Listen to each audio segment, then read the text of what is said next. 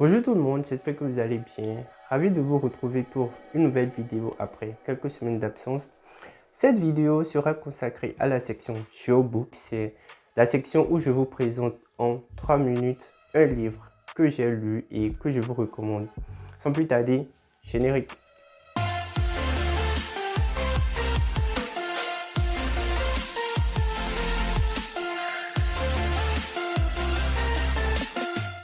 Avez-vous déjà eu envie de réaliser un projet cartographique web du début jusqu'à la fin par vous-même? Si c'est le cas, alors le livre que je m'apprête à vous présenter va sûrement vous intéresser. Découvrons-le ensemble.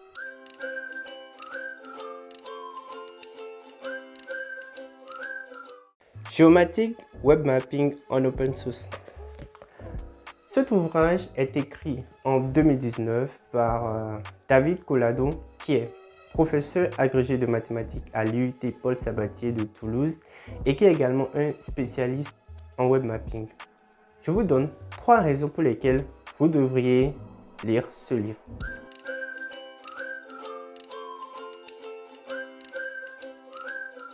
Raison numéro 1. Full open source. En géomatique, il existe un florilège de solutions pour faire du web mapping. Il y a des solutions d'esprit comme Portal, ArcGIS-Online, il y a UMAP, il y a Geo, etc. Mais ce qu'on s'aperçoit, c'est qu'avec ces outils ou ces solutions-là, on tombe rapidement dans la limite de la personnalisation. On ne peut pas aller plus en détail pour personnaliser certaines choses en fonction des besoins. Et là où le livre est particulièrement intéressant, c'est que l'auteur nous livre des outils open source. Qu'est-ce que l'open source? Mais qu'est-ce que l'open source? L'open source fait référence à toutes les solutions dont le code est disponible et accessible à tout le monde et qui peut être réutilisé, modifié, adapté en fonction des besoins de chaque utilisateur. Généralement, l'open source se base sur une grande communauté d'utilisateurs qui font avancer les solutions.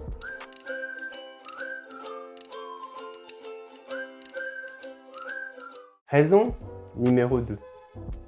L'architecture web et son fonctionnement. Utiliser les outils de web mapping, c'est bien. Comprendre leur fonctionnement, c'est encore mieux. À travers cet ouvrage, l'auteur démarre déjà dès son introduction par une partie consacrée à l'architecture web pour le web mapping, c'est-à-dire quels sont les outils, quelles sont les différentes composantes qui font qu'une application cartographique web marche et fonctionne comme on le désire. De plus, à chaque fois que l'auteur fait un choix d'outil par rapport à un autre, il précise les arguments. Par exemple, pour le choix du client JavaScript, OpenLayers a été préféré à Leaflet parce que OpenLayers contient une bibliothèque plus riche en fonctionnalités et en librairies.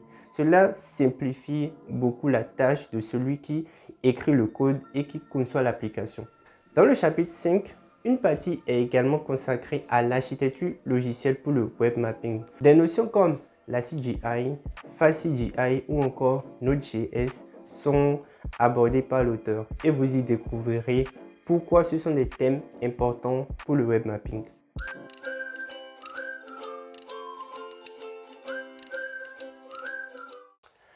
La troisième raison pour laquelle vous devez lire ce livre-là, c'est la pédagogie de l'auteur. L'auteur adopte une démarche axée sur l'apprentissage par l'exemple. Tout au long de son ouvrage, l'auteur donne des exemples concrets, précis sur l'utilisation des outils de web mapping open source. Par exemple, dans le chapitre 6, vous serez amené à créer une page web de calcul d'itinéraire routier. Ou encore le chapitre 10 qui aborde la géolocalisation avec OpenLayers. Par ailleurs, un chapitre est également entièrement consacré à l'utilisation et la prise en main de PostgreSQL et de son extension PostGIS qui permettent de réaliser des traitements SIG directement dans une interface de base de données. Tout au long de votre lecture, vous serez également amené à utiliser des langages informatiques, du HTML, du CSS ou encore du JavaScript. Le livre est assez bien illustré avec des captures d'écran et des exemples de codes qui sont fournis par l'auteur.